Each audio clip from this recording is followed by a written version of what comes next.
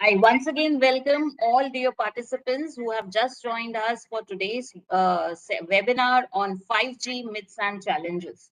So today we are all set for this webinar. Our expert for today's webinar, Ms. R. Izar Pivai, Global Chief Architect 5G Solutions, Cape Gemini, is already there with us. Dear participants, as per schedule, in a few minutes from now, we shall be beginning with today's session. Meanwhile, it is time for tea and networking. So I hope all of you are enjoying tea at your home in a safe environment. Kindly ensure whatever device you are connected with us through for today's webinar, you are able to access the chat window on the same. The chat window appears as a bubble icon on your screen.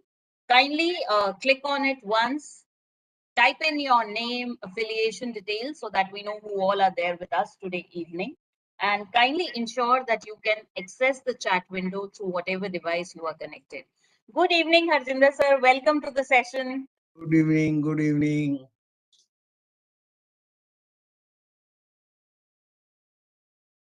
So dear participants, we are all set. In a while from now, we shall be beginning with today's session.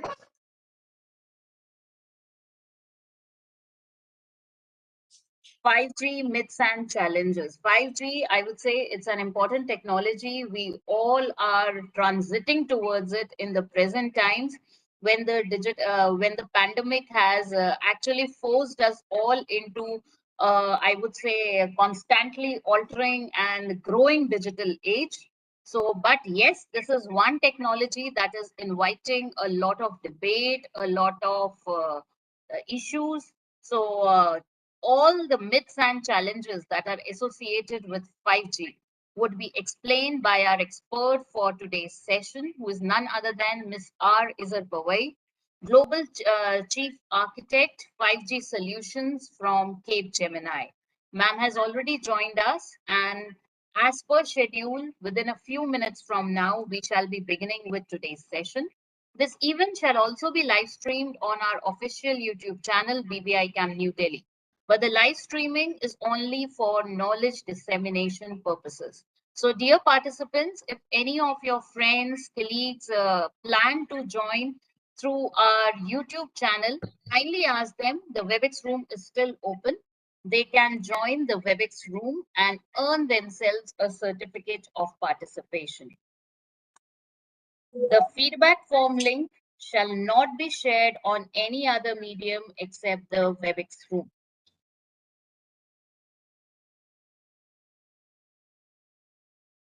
I am also sharing the details of our International Journal of Information Technology, which is very well known by the name of BJIT.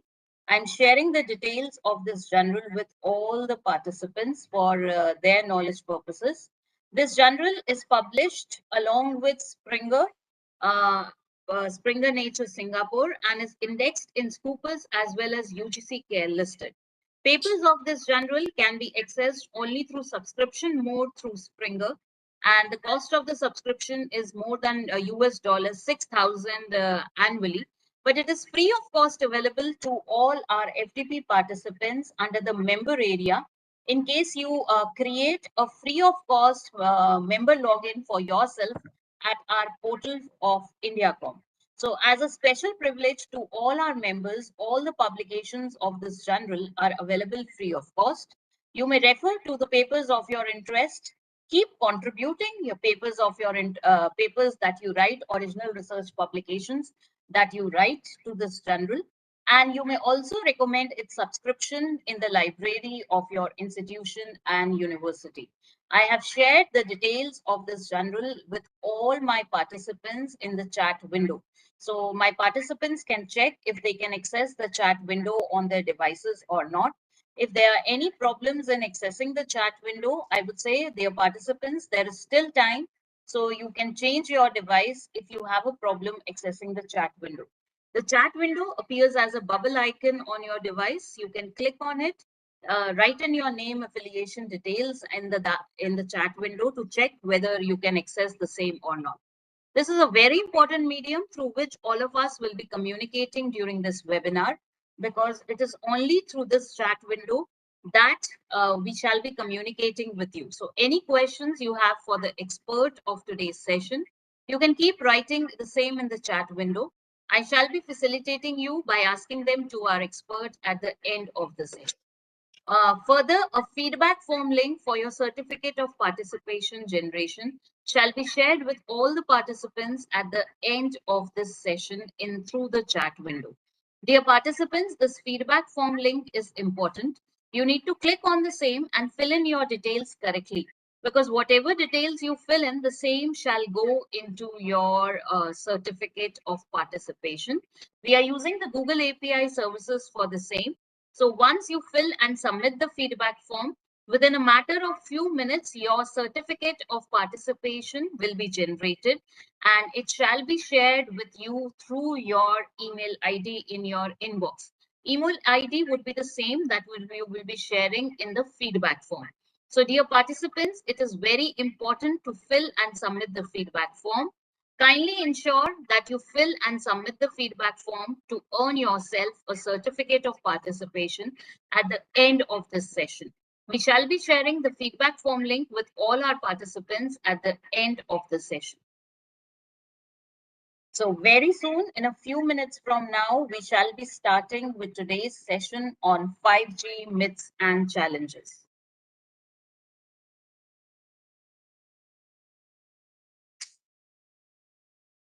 Our expert for today's session, Ms. R. Isabawai, Global Chief Architect 5G Solutions, Cape Gemini, has already joined us, and very soon we shall be beginning with today's session.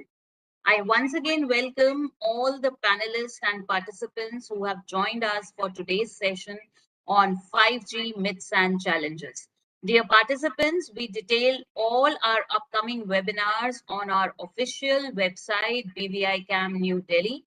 You can go to the webinar area and you can register for our forthcoming webinars also. So keep attending these webinars, keep increasing your knowledge, and keep getting up-to-date information about all the important things that are going on around us.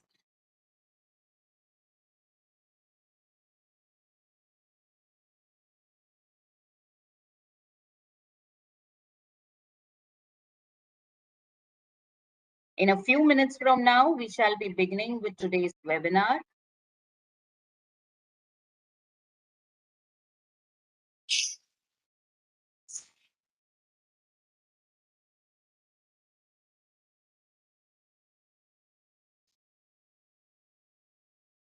I once again welcome all panelists and participants. Dear participants, this webinar shall also be live streamed on our official YouTube channel, BVI Cam New Delhi. But the live streaming is only for knowledge dissemination purposes. So I request in all of you, in case any of your participants and colleagues plan to join this webinar through our official YouTube channel, kindly inform them to join the WebEx room. The room is still open. They can join the WebEx room and earn themselves a certificate of participation for this webinar at the end of the session. The feedback form link for the certificate of participation generation shall only be shared in the WebEx room to all the participants who join the WebEx room. It shall not be shared on any other medium with any other participants.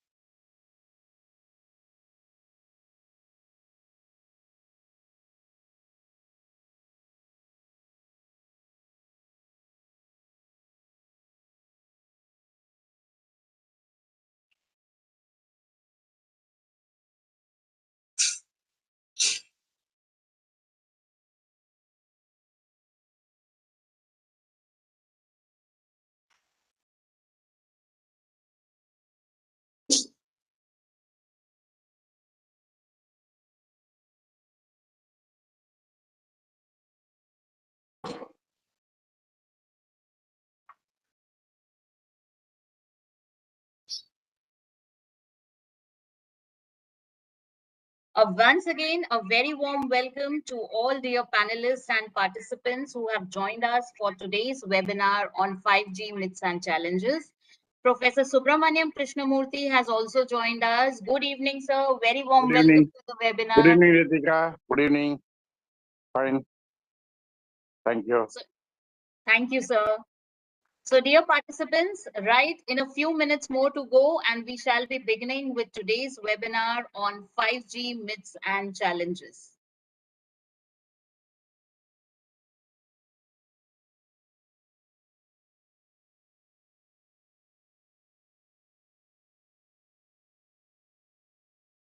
I would say this is one technology that has invited a lot of debate, a lot of issues.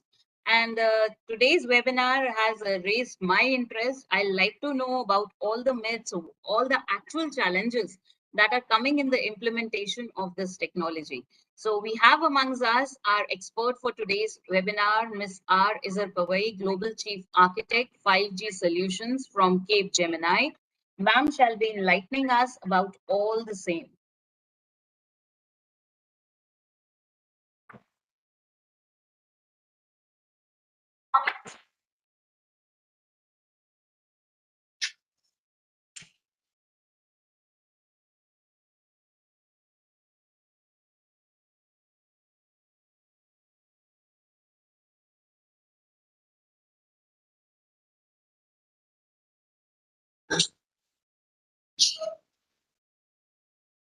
I once again request this is for information of all the participants. This webinar shall also be live streamed on our official YouTube channel, BVI Cam New Delhi. But the live streaming is only for knowledge dissemination purposes. The feedback form link for the certificate of participation generation for today's webinar shall only be shared with the WebEx participants who join this WebEx room. So dear participants, if any of your colleagues, any of your friends plan to attend this webinar through the YouTube link, please inform them to join the WebEx room. The room is still open. Please inform them to join this room and find the feedback link at the end of the session and earn themselves a certificate of participation. On no other medium except this WebEx room shall the feedback form link be shared. The feedback form link shall also not be emailed or shared with any other participants from any other channels. So please, I request all the participants kindly join the WebEx room to increase your knowledge, enhance your knowledge, as well as earn yourself a certificate of participation for today's session. I can see participants are still joining in. So I request all the participants kindly join in quickly. Professor M.N. Huda, sir, a director, Bharati Vidyapeeth Institute of Computer Applications and Management, has also joined us for today's session. Good evening, sir. Welcome to the webinar. Good evening to all of you. Am I audible? Yes, sir, you are audible. Oh, great. Thank you so much. And welcome, Madam Pawai. Well, welcome to you for this IEEE and IT BBICAM webinar series once again. Thank you so much. Thank you very much. Good evening, Bhatia sir. Good evening. Good evening. Good evening. I could see our one of the honored guests, Dr. Gora Datta, is also here. Dr. Subramaniam Krishnamurthy, former chairperson of IEEE Delhi section, is also here. I take opportunity to pay my gratitude to all of them. Thank you so much. Yes, sir. Thank you. Thank you very much. Dr. Ritika, we may start it, please. Thank you, sir. A very pleasant evening to all distinguished panelists and participants.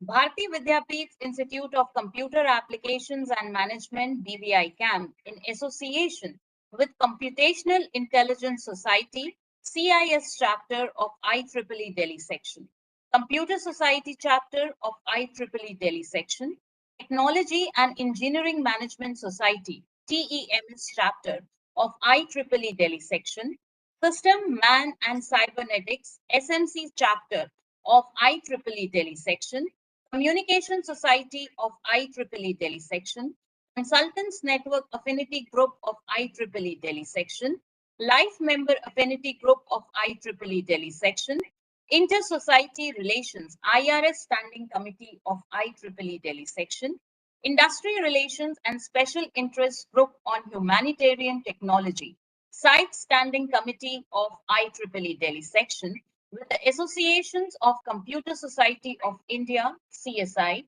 Institute of Information Technology Professionals, IITP, ISTE Delhi Section, and IETE Delhi Center welcomes you all to the webinar on 5G myths and challenges.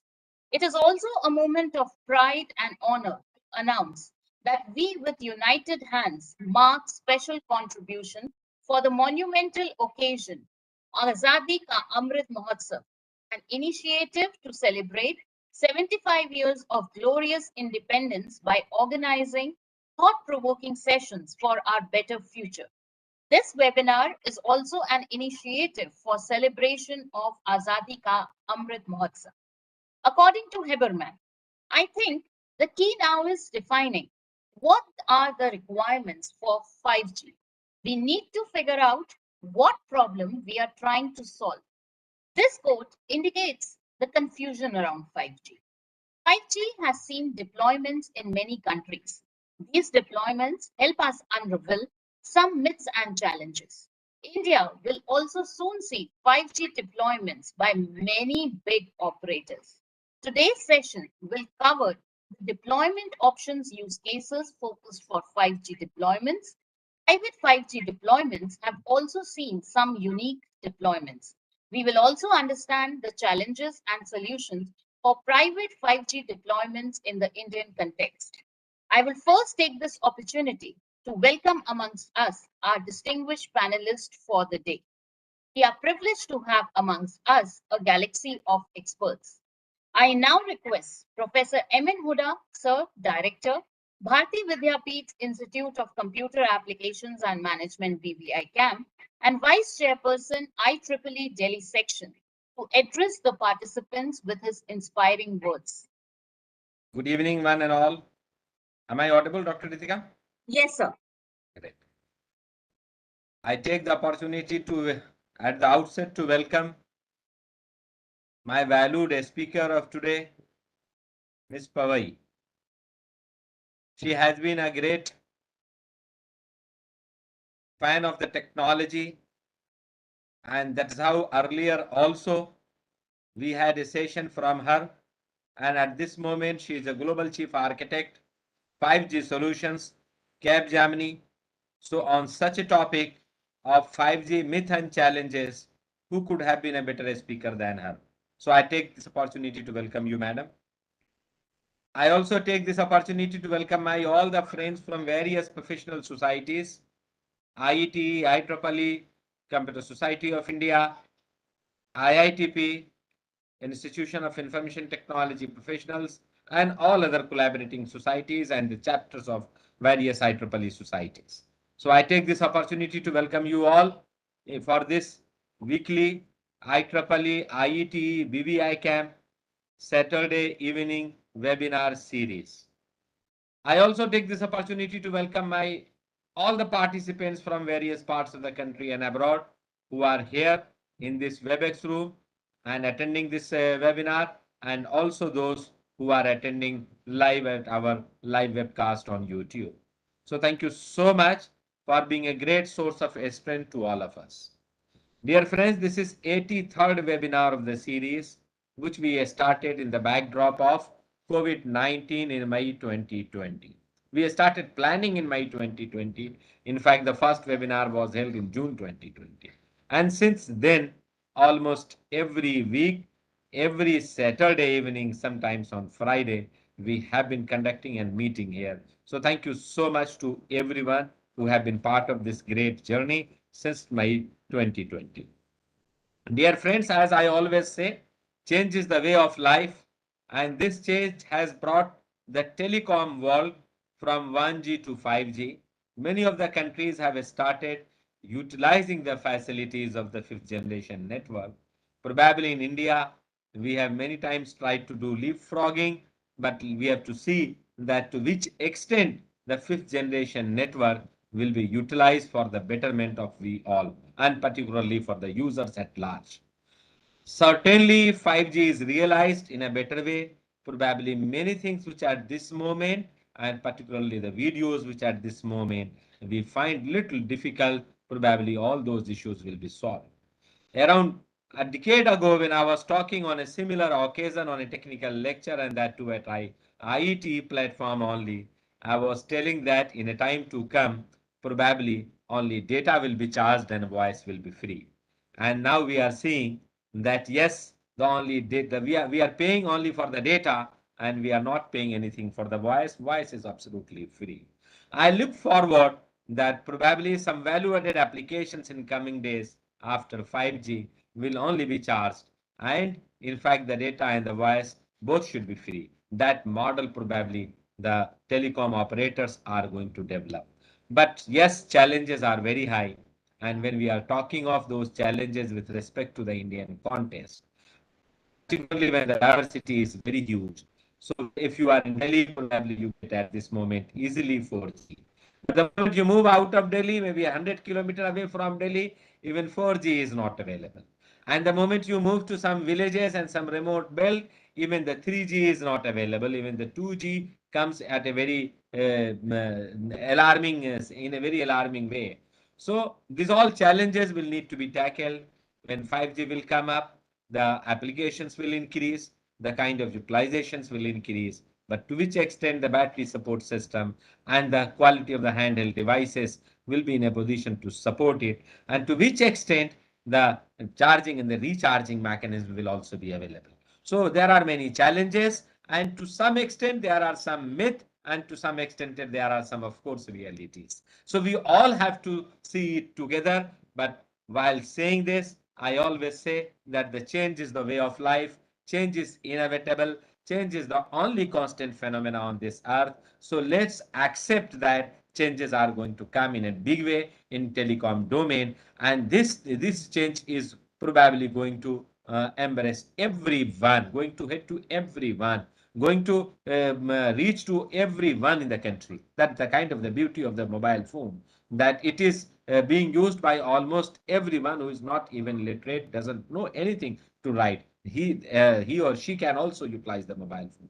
That will be the beauty. So let's be ready for the change, and let's also be ready to understand that what are those myths which are not true, and what are those value added services or those advantages, and particularly if you use cases and the kind of the challenges which operators are going to face, and the kind of the benefits which a user at large are going to get out of the 5G. We all of us are here to know details about this from today's valued speaker. So thank you so much. And finally, I wish a very happy and safe stay. Keep learning despite disruptions in and around you, and keep circulating, keep motivating others to attend such a technical and knowledge sessions. Many webinars are already notified. If you have not registered, do register and keep participating. Thank you so much. Wish you all the best. God bless you all. Over to you, Dr. Ritika. Thank you, sir. I would now welcome amongst us our expert speaker for today, Ms. R. Izar Pawai, Global Chief Architect Solutions, 5G Solutions, Cape Gemini, with an e-bouquet.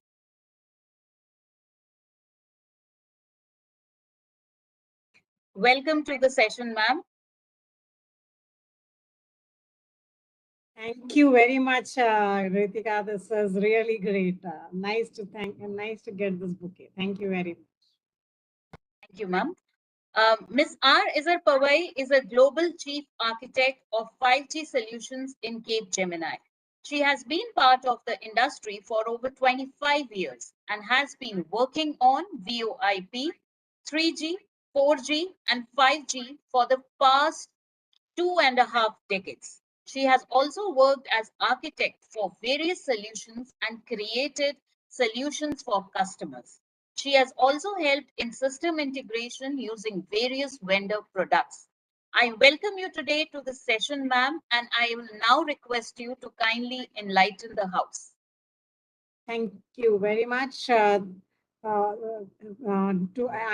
really grateful to all the esteemed professors, all the esteemed leaders, all the different people from different institutes who have joined. It's my honor to talk in front of such learned people over here. Thank you very much for giving me this opportunity to share my thoughts regarding what I am aware about 5G. And in fact, no better day than today, because I think yesterday only the auction for 5G spectrum in India, the applications were to be submitted in India for 5G auction. Yesterday was the last date. So no better day than today to start this discussion. So I will now present my screen. You can see about this. Ma'am, you'll have to share it again. Okay, I'm just going to share it. Yes, ma'am.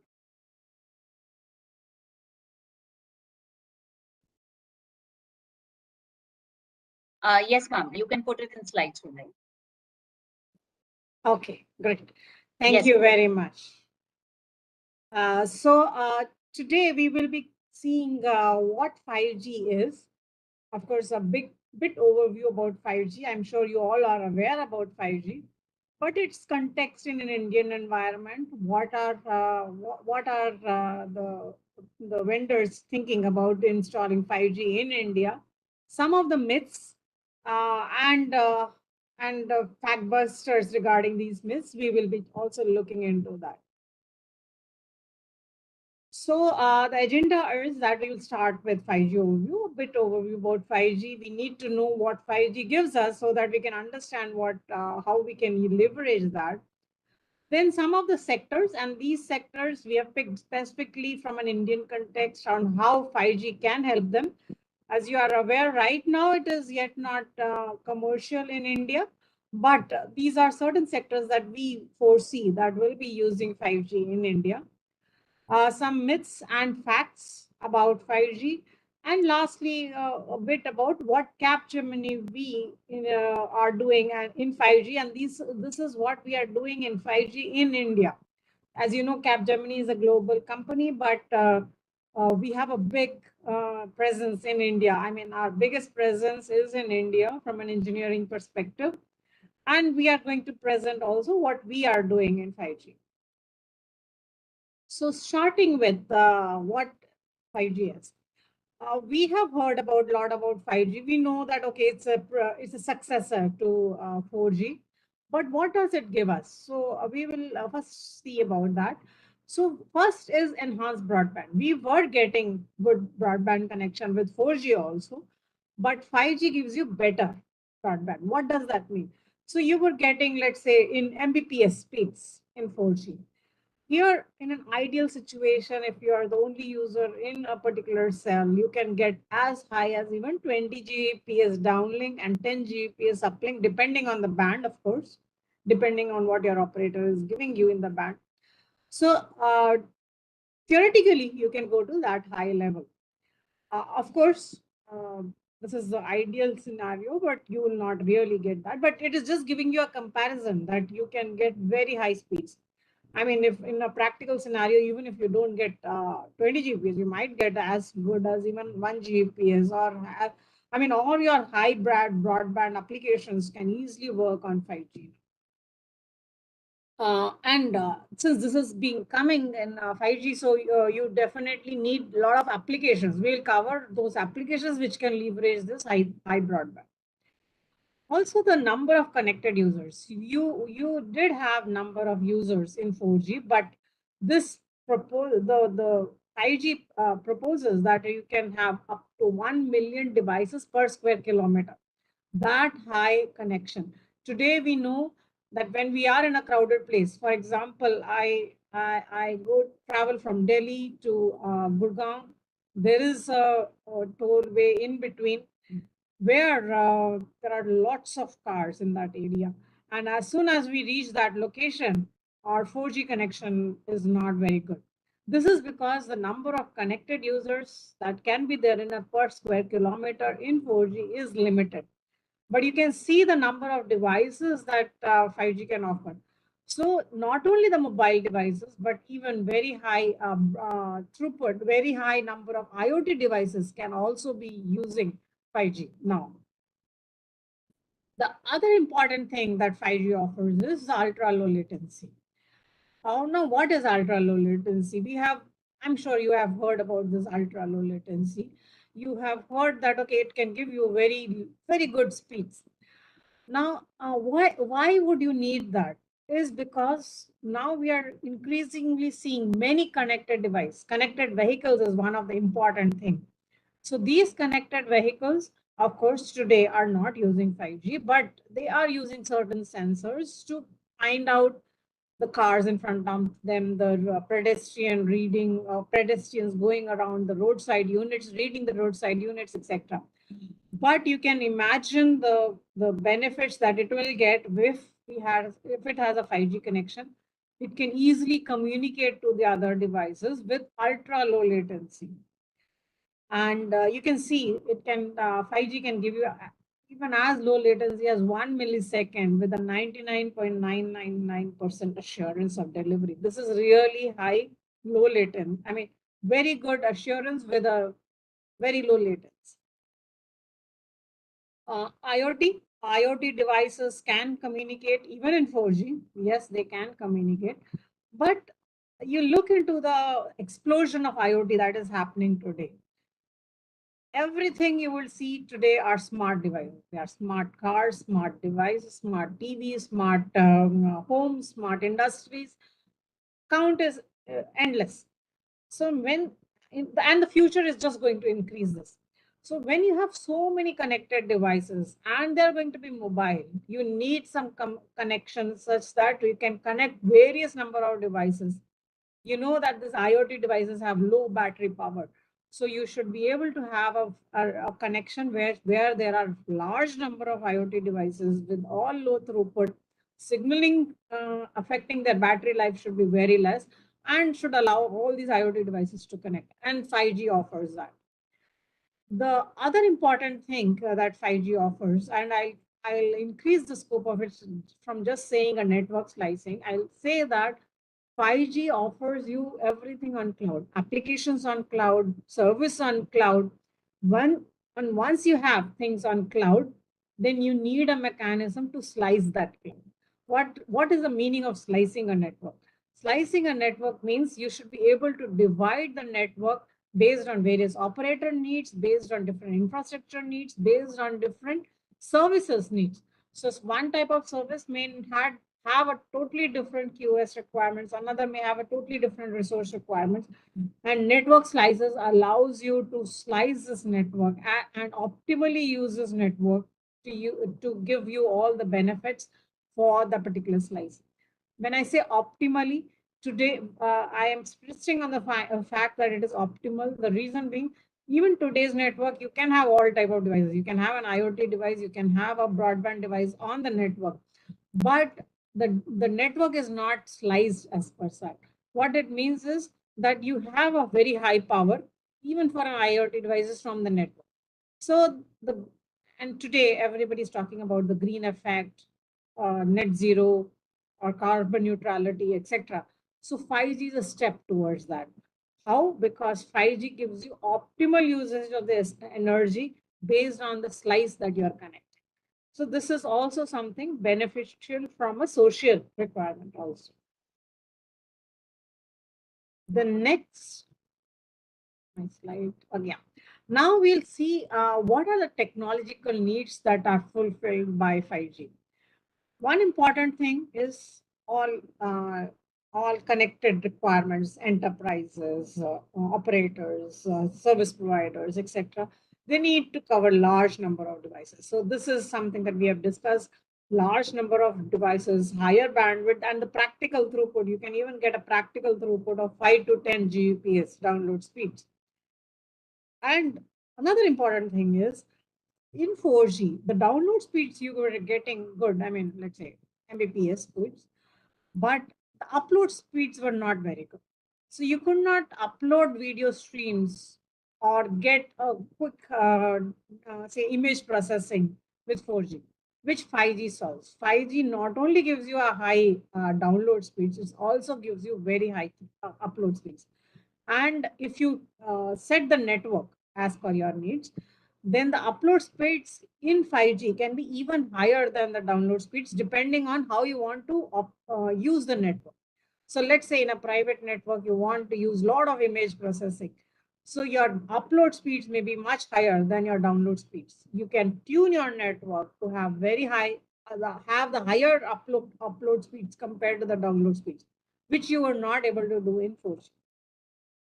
Mobility is already there even in 4G, but what it gives you is a seamless mobility across different networks. Your connections do not lose. Even the indoor coverage is high. How the indoor coverages are high, we will just see in subsequent slides that, but in 4G, you'll see a lot of places where you have black spots, which 5G tries to resolve. Of course, I'm not saying that it guarantees that everywhere you'll have the coverage and there'll be no black spots.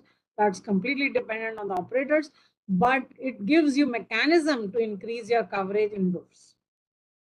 Handovers are much faster. So when you go in a very high speed car, you might be even today seeing some glitches in your voice calls. That can be avoided with 5G because it gives you a very fast handover. Latency, you can have normal broadband connections, and ultra low latency is an extreme, but even a low latency applications like, which is not really a ultra low, but say 10 milliseconds latency, that can easily be achieved because of the way the network has been architectured. You can have certain applications hosted at the edge of the network to give you low latency responses, which was not possible in the prior technologies. Then priority, you can take appropriate priority corresponding to the different types of applications that are being used based on different DNNs, based on different type of services. Priority can be assigned. Edge offloading with GPU processing is an important fact. What it means is that now with 5G, the edge of the network can be your server, you can say. Today, all your applications are running on your mobile devices. Now, those applications can be moved to the edge of the network, and all the GPU processing, etc., can be offloaded on the edge, thereby saving you on the CPU cost and the battery life of your mobile devices, and at the same time, not compromising on the latency. The whole network, even though, I mean, we need all this, but we still need security. Security is an important aspect. So 5G gives you security, even 4G was giving you, but 5G gives you enhanced security. There are many more additions that have been added in 5G for being more secure. The slices, even the different slices can be secured with each other, which means one application can be completely disjoint from the other application, and the resources can be completely optimized to take care of the security aspects as well as resource allocation requirements. Authentication of the users, there are multiple additions done. I mean, even 4G was authenticating, but there are multiple additions done so that without even authenticating, now you can't even know the identity of the device by any hacker in between. So there are many more things that have been added to the 5G network for certain man-in-the-middle attacks and other things which were certain issues in the prior technologies. Now, one important thing we hear that, okay, is 5G will be there? Will it affect? Will it completely remove Wi-Fi? What is the 5G going to affect with respect to Wi-Fi? So this is our thought that 5G and Wi-Fi are going to coexist. There are multiple things that 5G offers. There are multiple things that Wi-Fi offers. They are not, you can say, affecting each other, but they're complementing each other. While the wireless technology is enhancing, that is between 4G to 5G, etc. Now also you hear 6G also. But at the same time, even Wi-Fi is not stagnant. Even Wi-Fi is having enhancements. So earlier there were Wi-Fi 4, 5, 5, 5, and now we hear Wi-Fi 6 is also come. This is also offering us higher data rates compared to Wi-Fi 5. This is also offering us higher capacity with respect to Wi-Fi 5. More number of devices can be connected, and this is also higher power efficient. It's very similar to what 5G proposes over 4G, Similar to that, Wi-Fi 6 also gives us those benefits over Wi-Fi 5, which means that even this technology is being enhanced along with 5G. Now, but what 5G, I mean, one important thing, for example, comparison that in 4G, let's say in a particular cell, you could have 1,000 devices. In 5G, they say that in a particular cell, you can have as high as even 10,000 cells. That's how you have more number of devices per square kilometer. And another important thing that 5G offers is that it allows you to host everything on a cloud, unlike 4G, which used to only allow you standalone installation. This means better power utilization, better resource utilization, and hence better energy conserving from this environment point of view. One important thing you would have heard in 5G is something called a shared spectrum. In 4G, you were on, or 3G, 2G, only the operators would offer you services. Why? Because that spectrum was auctioned, the spectrum was acquired by the operators, and the operators only gave you the service. So you were always dependent on the operators to give any wireless technology. And these spectrum costs are very high, running to billions of dollars. So that is why a new concept has come in for this private 5G. One thing that Wi-Fi offers you, which wireless till now was not offering you, was you could easily just go and buy a Wi-Fi access point, plug into in your house, and you were able to get communication at least within your house, and that Wi-Fi device was connected over a fiber or any Ethernet interface to the network. So you could get an internet connection for all your devices inside your house using Wi-Fi.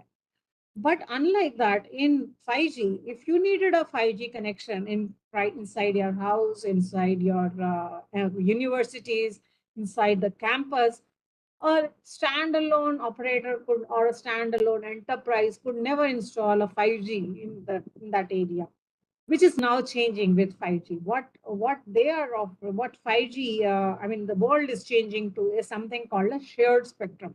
It's yet not available in India, but it's definitely very widely getting used in US. US was the first one which started that with the concept you would have heard called the Citizen Broadband Shared Spectrum, CBRS. So CBRS is a concept where the spectrum is not exactly auction. It is not given by an operator, but it is something you still pay for it, but it's a very small minimal spectrum cost that you're paying. And you're not given the spectrum as a continuous spectrum. You're not said that, okay, you have the spectrum always, unlike what a licensed spectrum is. You're constantly, from a software level, you have to talk to some entity called a SaaS server, which allocates, which gives you a spectrum, and only for a small duration, let's say a day or hours, and only for that duration you can use it. Again, the software has to go and fetch, ask for the spectrum again, and then you again get it. It is possible that, let's say, there is a need where the spectrum has to be used for some military purposes, defense purposes. The FCC in US, for example, can completely cut down the private 5G spectrum for your use and give it to the military, which means after that you'll not get the spectrum for that disaster duration. But otherwise you will be able to use it. So this is really useful because enterprises can now install 5G network on their own inside their inside the universities, inside the venues, stadiums, even, I mean, they can do it as big as inside campuses. So, I mean, this is good for all these small deployments. Another thing, how Wi-Fi 6 and 5G can coexist. We are saying that, okay, they can coexist, but how are they going to complement each other? Is because Wi-Fi is really good when you talk about fixed networks or less mobility. I mean, let's say you're walking inside the campus, etc. So Wi-Fi would be good because the handovers are supported in Wi-Fi 6, but this is not as high speed handovers, unlike 5G. where you can get very high speed. So which means if you are driving in a high speed car, definitely a Wi-Fi cannot give you that good handover, but a 5G can.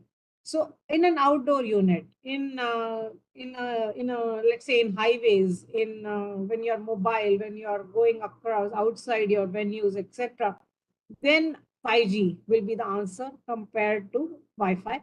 But then say when you're indoors, you're inside venues, you're inside a campus, then Wi-Fi could be an answer for your connectivity. Another important thing is even if you are indoor, I mean, even if say it's a campus, but let's say there are heavy devices like automobiles, aeronautics. I mean, where I mean, even if they are stationary, but these are heavy machine like in an industrial case, heavy machinery like trucks, etc., mines, for example, they have to use. In mines, you can't deploy Wi-Fi because you will not be able to have those heavy machinery communicate with each other over Wi-Fi. But unlike that, 5G would be able to be your answer for that.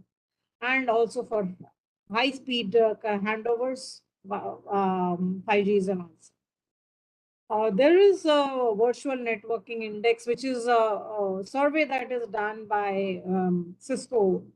They take out it every year. And there's a prediction by them that by end of 2022, by end of this year, you'll see very high, I mean, if you see the trend from previous years to the future years, earlier the wireline connection was giving you very high speed. Of course, the wireline is not going to go, but the bandwidth that is going to go on wireline is decreasing a lot. It's increasing very heavily on wireless and even Wi-Fi. Wi-Fi is going to be still more than wireless because wireless is mainly going to be used in outdoors and mostly you are indoors. So Wi-Fi is still going to be giving you more bandwidth as compared to wireless, but the trend is increasing in wireless and reducing in wireline. From a technology coexistence point of view between 5G and Wi-Fi, some changes that we are seeing in the network is that from a service level, earlier Wi-Fi was always your private network. You would have a Wi-Fi connection locally. Now operators are coming into this. So you can deploy, I mean, they just come, I mean, you don't even have to pay for that Wi-Fi connection. They just come and deploy certain modems, etc. This Wi-Fi which are deployed in your houses can be used for your all local communication and also for other neighbors. That is how they are allowing you to, the carriers are allowing you to communicate over Wi-Fi. And the backhaul pipes, they can use a common backhaul pipe for 5G and Wi-Fi, thereby saving on the network bandwidth pipes. From a network level, common core network, there is something called a core network, which is offering you all the services, all the security, authentication, etc. So this network can be common, but for both 4G, for both 5G and Wi-Fi. In 5G, I was telling you that the data can be, applications can be offloaded to the edge of the network, that is near your houses, etc. So that same concept is also now coming up in Wi-Fi 6. So carriers can also give you the same seamless application through low latency, even on Wi-Fi 6.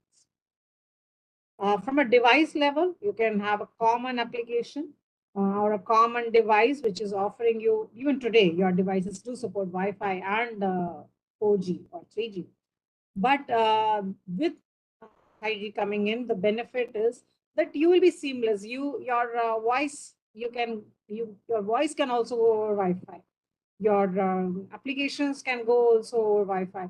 Applications can select whether this application has to use 5G or whether this application has to use Wi-Fi. So, which means a device simultaneously supports both 5G as well as Wi-Fi, which was not possible earlier. If you see today's devices, that even though they are supporting both Wi-Fi and LTE simultaneously, your data connection is only on one of them. Of course, you have a VoLTE that's separate, but your data connection was always either on LTE if you don't have Wi-Fi. If you have Wi-Fi, your data connection was always on Wi-Fi. Applications could not choose whether it has to go over Wi-Fi or 5G. But unlike that, in 5G, there's a concept where there's a dual bearer. So you can simultaneously have some bearers on 5G and some bearers on Wi-Fi. Access points, they're common. Now the vendors are creating multi-mode small cells, which means your devices that are going to be placed in your houses will simultaneously support a 5G indoor coverage. This is how your indoor coverage is going to increase because of the small cells indoor. So this is going to give you the 5G connection indoors as well as Wi-Fi 6 simultaneous.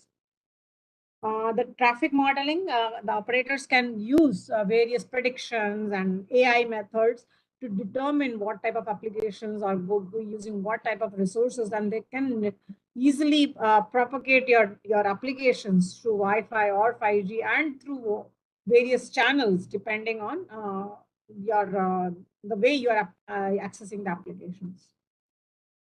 So how the connections happen in 5G and Wi-Fi? So in Wi-Fi, what happens? You search for SSIDs, you connect to them, you fill username, password. Of course, this is also going to be changed in future, where the operator is going to offer you again. Then you will be seamless. You don't have to fill in username, password. But this is how you do today.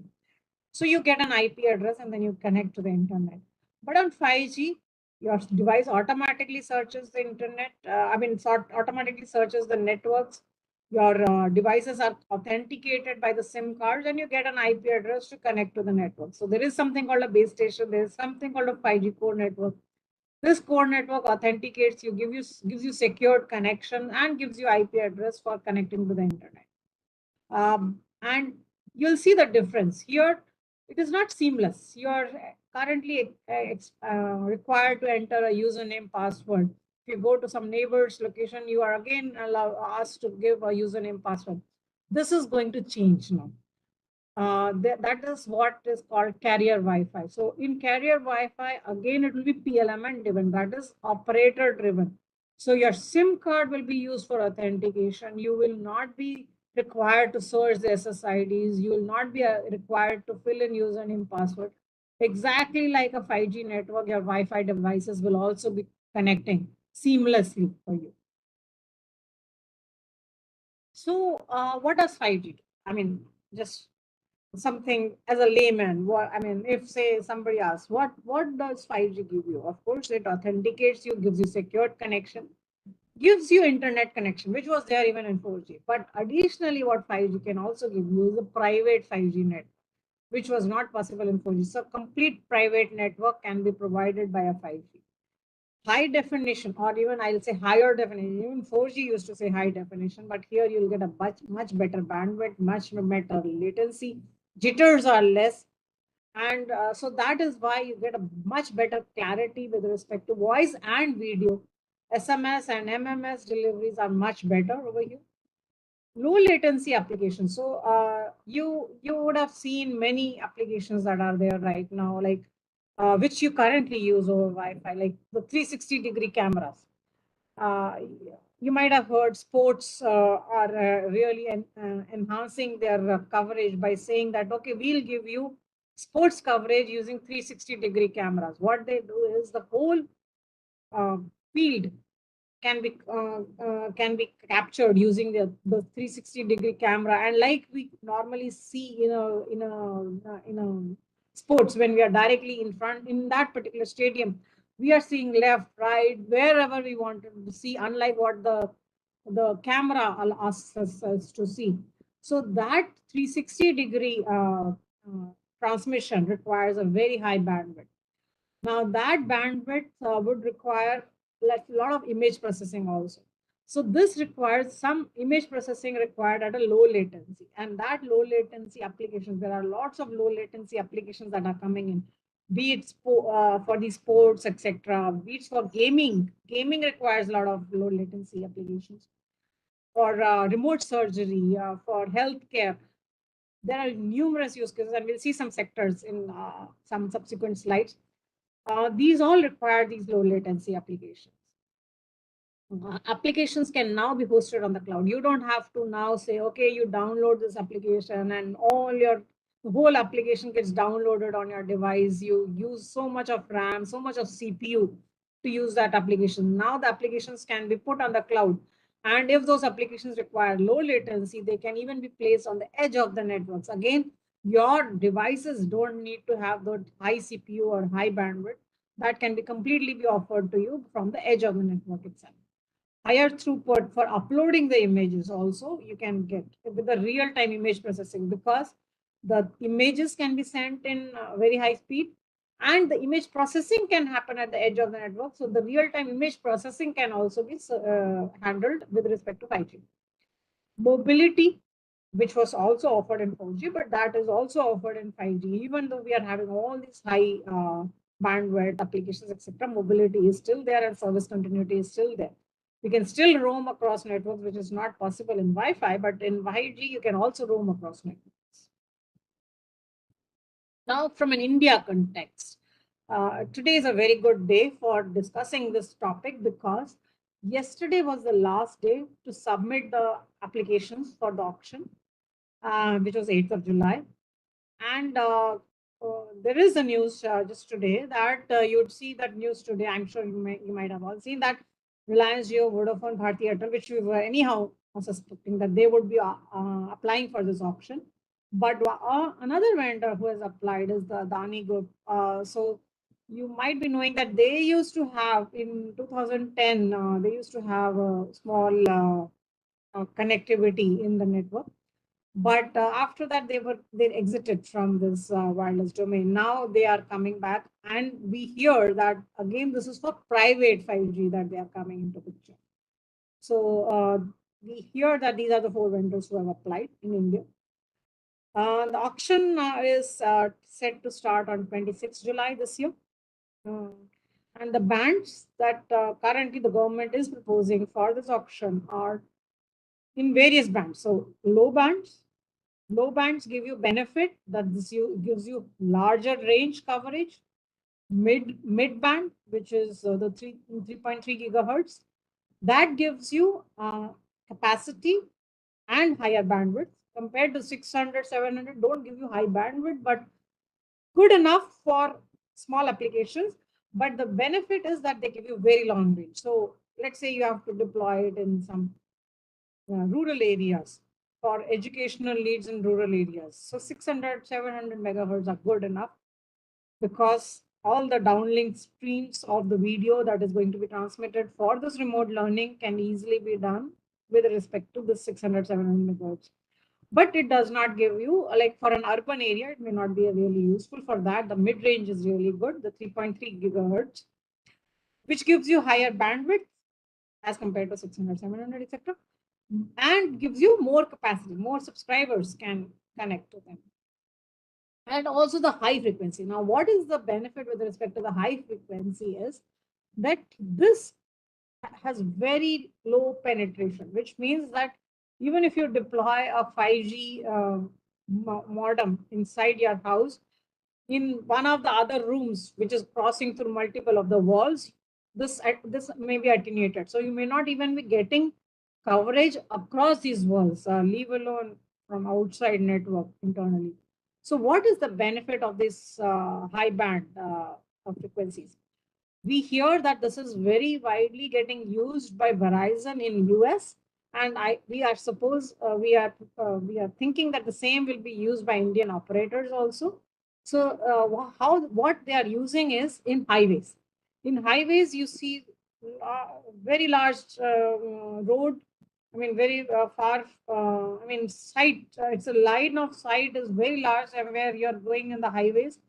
For them, this high frequency bands are really useful because there is no interruption in between, and you can cover large areas. And the high frequency bands give you much higher throughput. And also there is something called a beamforming, which is going low into the technology, but beamforming allows you to extract the exact, I mean, you can have very good coverage with low data loss, and it gives you better handover capacity as long as there is no attenuation in between. So there are only specific use cases places where you can deploy these high frequency bands, but where these high frequency bands can be deployed, It has a very good use case as compared to the mid and the low bands. And good part is from an Indian government point of view, they are targeting all these bands for the auction. Now I talked about, okay, you can deploy the applications on the cloud, you can move it to the edge, you get better latency by moving it to the edge. What does this mean? I'll give a use case perspective for this.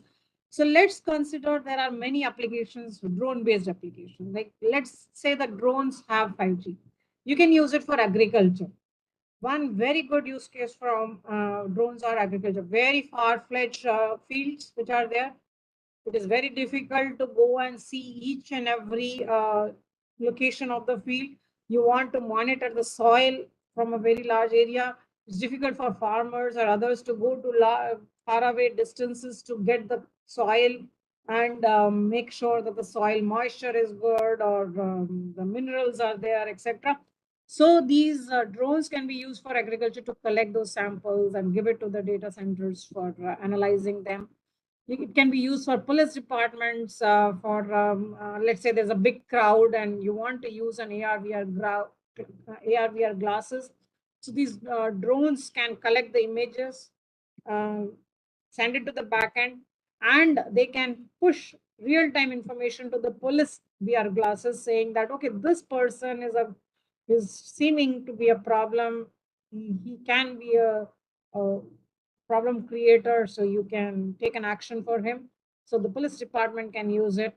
Fire department can use it because today you are hearing so many fire accidents. Even in Delhi yesterday there was fire accident. Mumbai there was fire accident. You heard that people were trapped inside buildings.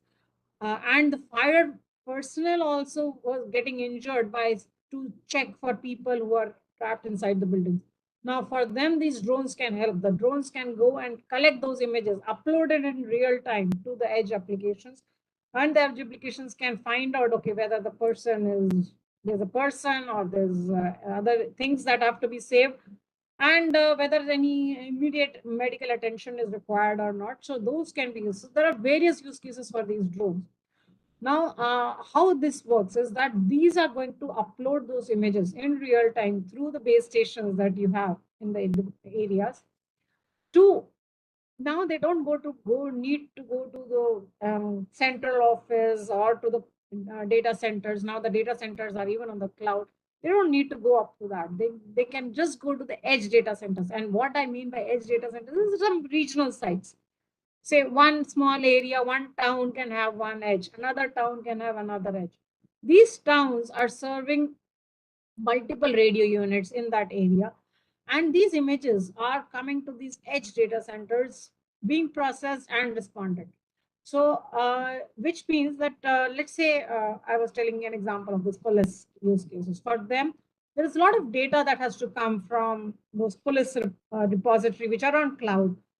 They can be real-time fed by a single stream to this edge data center, and the edge data center uses all those images, photos, videos, etc., to analyze those images real time in this edge and reply back to these drones or to the AR/VR glasses saying that, okay, this person has a problem and you can collect that. So whatever is the response can come directly from the edge. You don't need to go to this cloud. So these applications, the applications who have to who are now going to develop these applications, their mindset is going to change. Earlier, there was a server where there was an application, then there was applications on the devices. Now those applications will be broken into edge. There might be some small part on the device, and then there could be cloud-based data centers. So you can have all the maximum information on the cloud, and from there you can push the application, relevant data of the application to the edge of the data centers. So the way the applications are going to be developed are also going to change. We also discussed about network slicing, just to give you a perspective of how this network slicing works. So you can see very high bandwidth applications can have a different slice. That is this. The narrowband IoT devices can have a different slice. Internet traffic can have a different slice. But each one you can see can have very different QoS requirements, very different resource requirements, and these can be complete network can be sliced as per this. Then this is how the 5G network is evolving. So there was a 4G network, but one important thing that 5G didn't drastically go from 4G to 5G. There's a big architecture change between 4G and 5G, but it didn't drastically change. This was an intermediate 4G and 5G non-standalone. You might hear this called as 5G non-standalone, where it is still leveraging the 4G network for all the signaling, but the high throughput goes through the 5G. So that option is also was there. And I mean, now operators are increasingly going towards 5G standalone, but this non-standalone was an intermediate option to jump towards 5G non-standalone. So sectors which can use, you can pretty much think on various sectors having various needs on 5G. I won't go into details, but see robotics, all the robotics applications require very low latency. You might say that, okay, these robotics can be having those low processing from the device itself, but certain applications which are determined by the cloud information are pushed to the cloud, from where the edge information can be used to control the applications. Healthcare, we have seen real use case of this. We have been working as Capgemini, we have been working with certain healthcare units. Certain things that we see, that the MRI scan, for example, today how you do is you go to a lab, you do an MRI scan, you collect all that data, then you upload information, or you go to a doctor physically and then show the MRI scan reports. This takes a lot of time. So today, the new thing that is coming up is in real time, this MRI scan is being processed. I mean, there's a on the lab there is a portable MRI scan equipment that's also being coming up. So again, Capgemini has been helping certain vendors to create a portable MRI scan. Now that goes directly to that place. Let's say there's a car accident. We want to see whether the person has a head injury or not. So the portable MRI scan is taken over there. The MRI scan is collected. Many times you know that the MRI scans are not getting the real results. So the lab where operators have to check whether the MRI scan is correct or not. The people who have gone to the remote site may not be the experts to see that. So this image is, I mean, even without a physical person validating it, this MRI scan is validated. This image is sent to the edge application, where this MRI scan is looked into. An image processing unit immediately says the scan is correct or not correct, and if anything has to be taken again, it might be taken again. Once this is accepted, once this is MRI scan is fine, then this MRI scan is remotely, immediately sent to the doctor, who can look into it and can give an immediate response on what has to be done to this patient who is in need of medical medical requirement right away. This type of immediate requirement can be provided, which is really possible with 5G. We discuss various use cases with respect to enterprises, and it's not exactly a replacement of Wi-Fi, but it's also working along with Wi-Fi. Public safety, we just discussed. Gaming has a big use because you get a real good latency. But for online gaming, this is a very important need. So AR, VR applications like the VR glasses we were talking about, the police department, etc., can really use this. Even for the remote learning needs, this can be really used. Now we discussed a lot of broadband connection.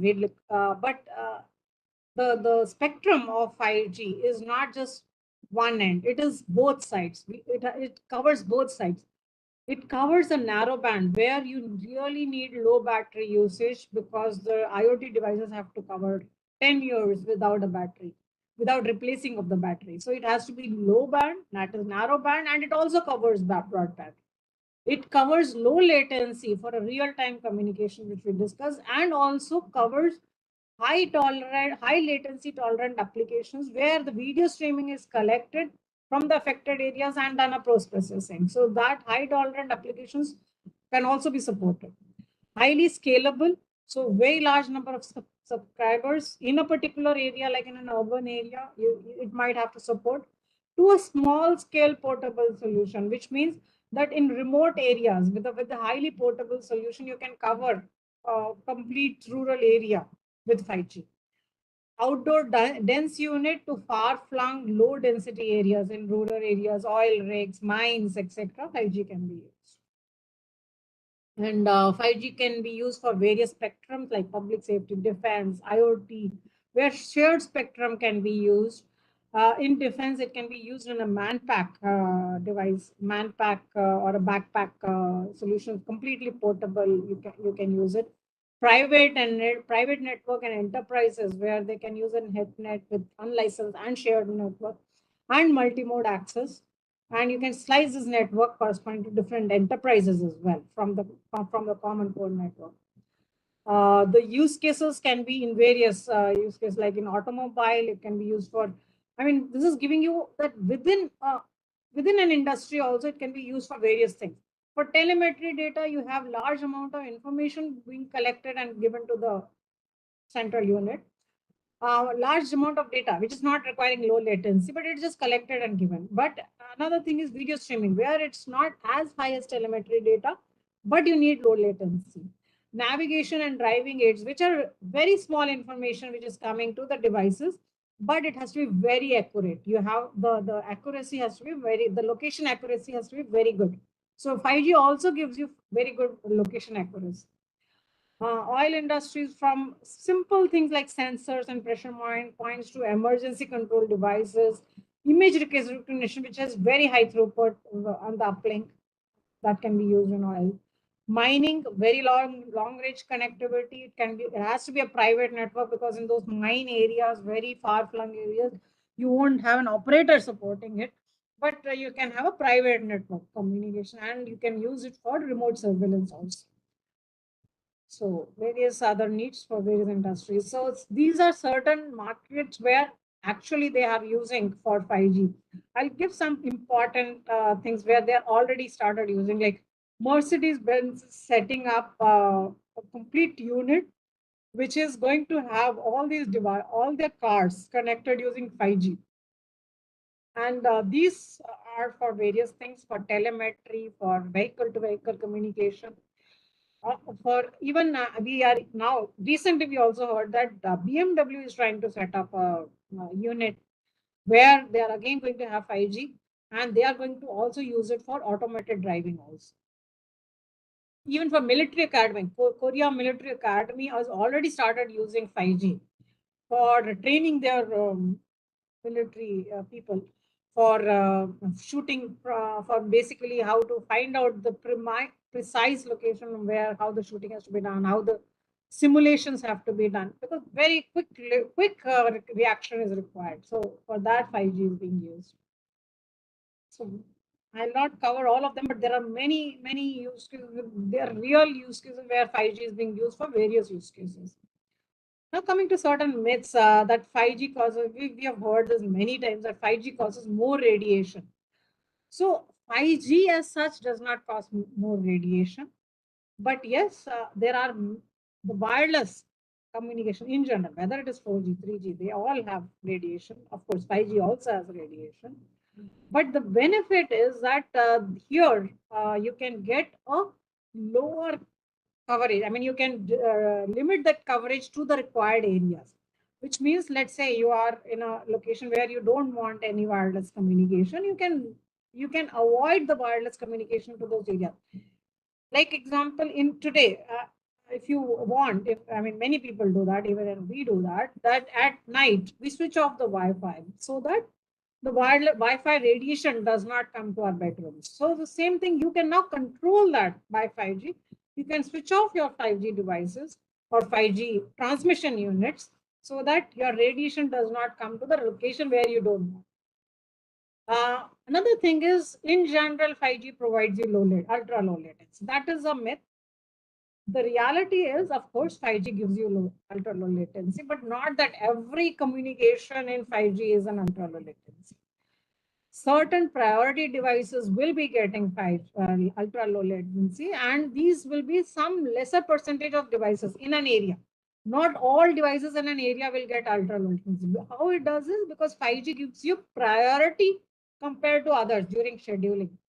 And that is why some devices will get really ultra low latency, but some devices don't even need really ultra low latency. It doesn't mean all devices get ultra low latency. Some people say that 5G will replace Wi-Fi. We discussed that that is not there. The 5G will be coexistent along with Wi-Fi. Some say that 5G is less, or some people say it's less secure. Some people say it's more secure. So the fact is that it is more secure than 5G, than 4G or 3G. There are definite additions being done on the air interface so that you cannot I mean you can't you it's avoiding the man in the middle attack, which was very much easily possible in 2G. It was there was some betterment done in 3G, but 3G also had some limitations. 4G had certain different additions over that, but 5G gives you ultimate. I mean, then basically you can't even get the MZ. I mean, in 4G at least you could get the MZ as a man in the middle. You couldn't do much other than getting the MZ. But in 5G, even your identity is not revealed outside. Now, lastly, what we are doing in Capgemini for 5G is that we are giving an end-to-end solution. We are providing consultancy for this private 5G network. We help in vendor selection, help in defining what security has to be taken care. I mean, 5G allows you to take care of a lot of security, but you still have to design your network to take care of the security. We also give some software frameworks related to the 5G core, RAN, edge platform, and accelerated data plane also. We have all these frameworks. We help in interrupt testing. There are various different elements that have come in 5G. I'm broadly saying that as NGC, but there are various elements in the core network. So we help in interrupt testing of them. System integration, because there are, now everything is moving to cloud. Now everything is going to private networks. You need more system integration requirements. So we help in that, and we also help in managed services around this. Thank you for listening patiently, and I hope I was able to explain and give some information about 5G and some help on what are the myths and what are the facts on 5G, and also how it is relevant from an Indian context. Thank you, Ritika. Over to you. Thank you, ma'am. Thank you for the enlightening deliberation. I am sure this insightful session has enlightened the participants about 5G challenges and applications. There are many questions from the participants, which I would now take up with your permission, ma'am. Sure. Ma'am, the first question is an all-India launch of 5G on cards? If yes, by when? And will 5G necessitate the change of older devices? Okay, good question. Very good question. So 5G is definitely going to come in India. As I explained that the auction for 5G spectrum is going to take place. I mean, at least people have come and given their papers on the ones who want to come into the auction. But the 5G, as we understand that this is going to be, I mean, there's no defined date that when they are going to start this 5G services in India, but we hear that 5G is going to be launched in India by end of this year. So 5G is going to have definite view in India. And the second question you asked over there is that will 5G need us to change our devices? 5G, as every technology, 5G also has certain changes on the device side. So definitely, if you want to use 5G, your device has to be capable of 5G. But you see today, many of the OEMs like Samsung, Oppo, they all are coming up with devices saying that their devices are already 5G ready. So if you are going to buy the latest devices, it's a good chance that it is supporting 5G and you may not have to change your device later. Absolutely, ma'am. Ma'am, the next question we have, 5G offers security. But when everything is on the cloud with far more number of users than we can normally imagine, the number of malicious users shall also rise. So how successful would 5G be in securing this data intensive network? Okay, another very good question, I would say. So 5G provide what you are right that there could be malicious user. I mean, 100% how it works. This whole cycle works is there are certain things that are taken care of with respect security, and then malicious users come, they try to hack that, and then there are additions being done to secure them. But I'll explain how 5G is better than 4G and how this is helping us to be even more secure from a cloud perspective. Cloud is important because once we move to cloud, it is open for all. So how is it more secure? Is because the only thing that you have on the cloud are the connections from your base stations to the cloud. No layman or the normal people cannot reach those applications directly on the cloud. The applications, your device applications are your applications that is offered by, let's say, you're downloading some gaming application. So the gaming application vendor has his application on the cloud, and he has a client on your device. So only even if by chance you're able to hack the gaming application, you are only able to reach the cloud of the gaming application. You still cannot go and reach the 5G cloud. So what it means is that you cannot go and affect the other users, because the other users are being secured by 5G for their own part. This user has its own part. So it is going to the cloud, but it is making it more secure because it does not allow you to hack or impersonate some other user in the network. In 2G, that was possible to some extent, but in 5G, you can't even know the identity of the other devices. So you can't even impersonate. It's very difficult to impersonate. I won't say you cannot, because I mean, hackers are trying always to hack and impersonate others, but it gives you lots of additional security mechanisms to even know the identity of the other. Absolutely, ma'am. Next question we have. How much autonomy will enterprises gain by making 5G spectrum available? And where will the customer stands in this deal in terms of, again, copyright of their data or privacy of their data? Okay. So this is something important. I should have touched it when I was presenting is with private 5G, this is a very important need that comes. That is that my data is now going to be, if I have to, this enterprise, let's say a mining industry or universities, you don't want your data sheets or your students' information to go outside the university. That is very private to the university. These are very sensitive data. Now, today you are able to secure it because it's all Wi-Fi. Everything is local within this network. But now with private 5G, what would happen is now you're saying that, okay, it's going to the cloud. Will somebody be able to hack this cloud and get all this data? The answer is no. 5G also provides you a mechanism where even though you're being authenticated, given security, etc., from the cloud, your data can still be local to the network, which means that there is an option using the edge offloading that we were just discussing. With the edge offloading, the data may not even go outside the network. The data will remain within this network.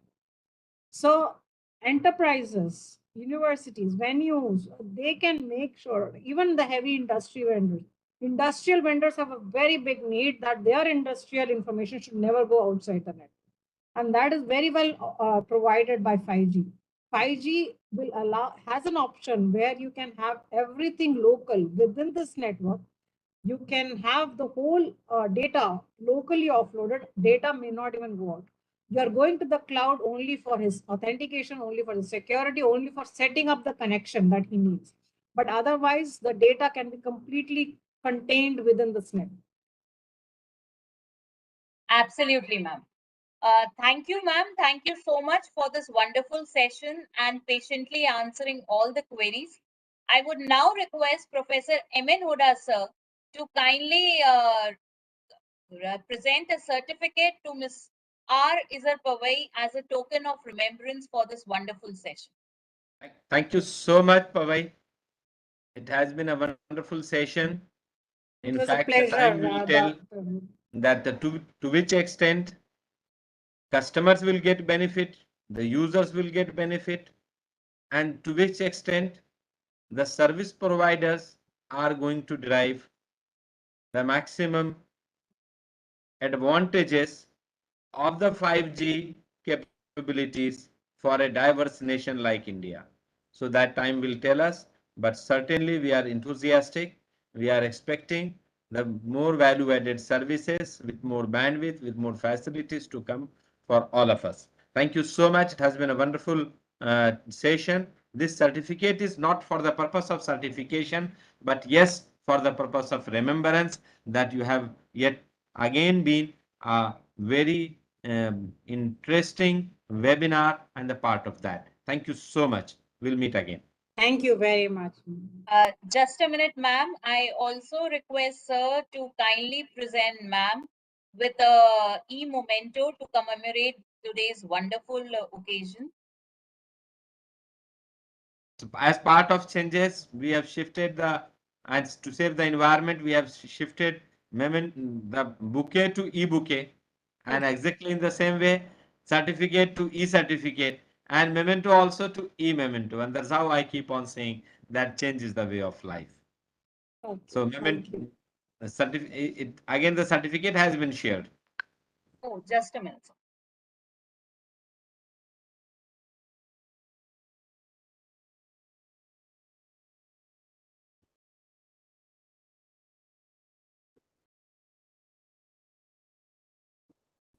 And dear participants, in between, for you, the information is that the feedback link has already been shared in the chat window, and this room will be converted into a facilitation desk and help center for the purpose of ensuring that all of you get the certificates in time.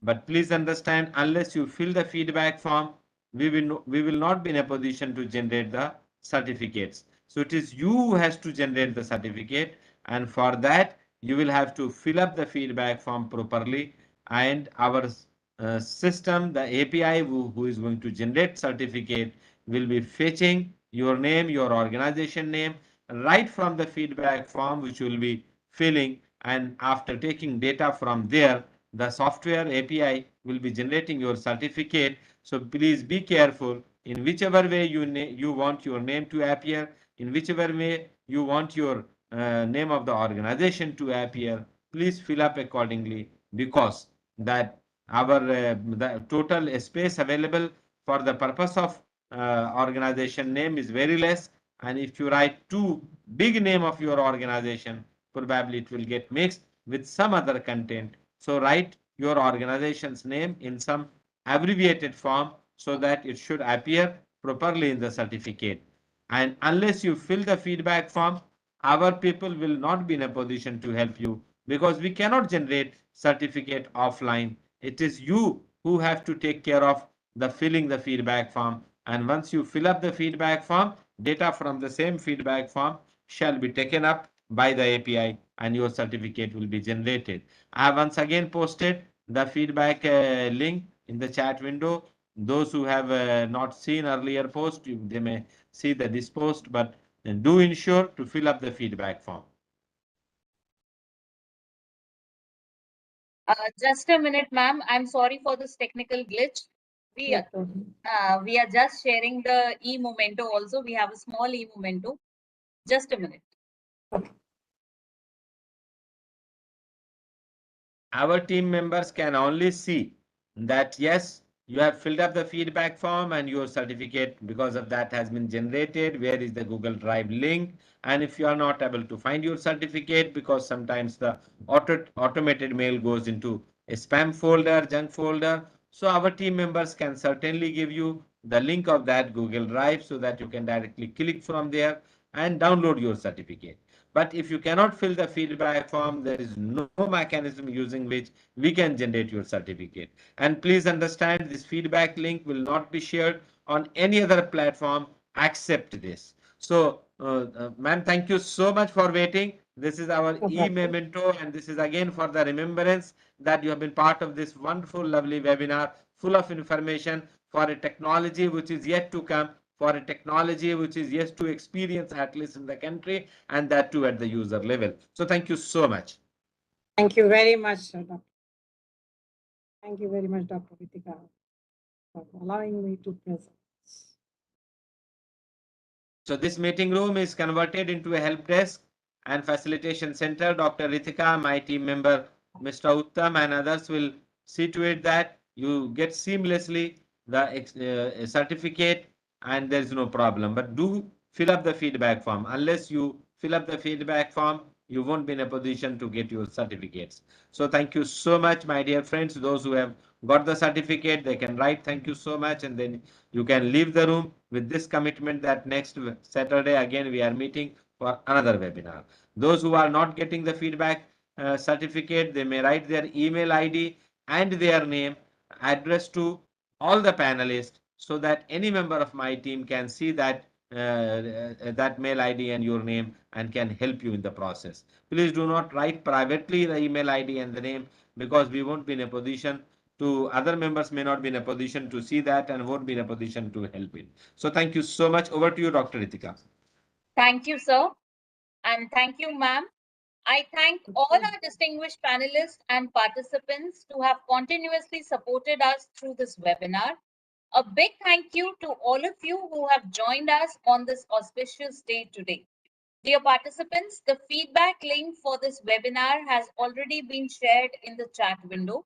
I request all participants kindly click on the feedback link, fill in your details carefully, and generate your certificate of participation. Your certificate of participation in a matter of minutes will be shared in the same inbox, the email ID of which you have shared in the feedback form. So please refresh your inbox. In case you do not find your certificate of participation in your inbox and you are attending today's webinar for the first time, I request you kindly also check your spam folder.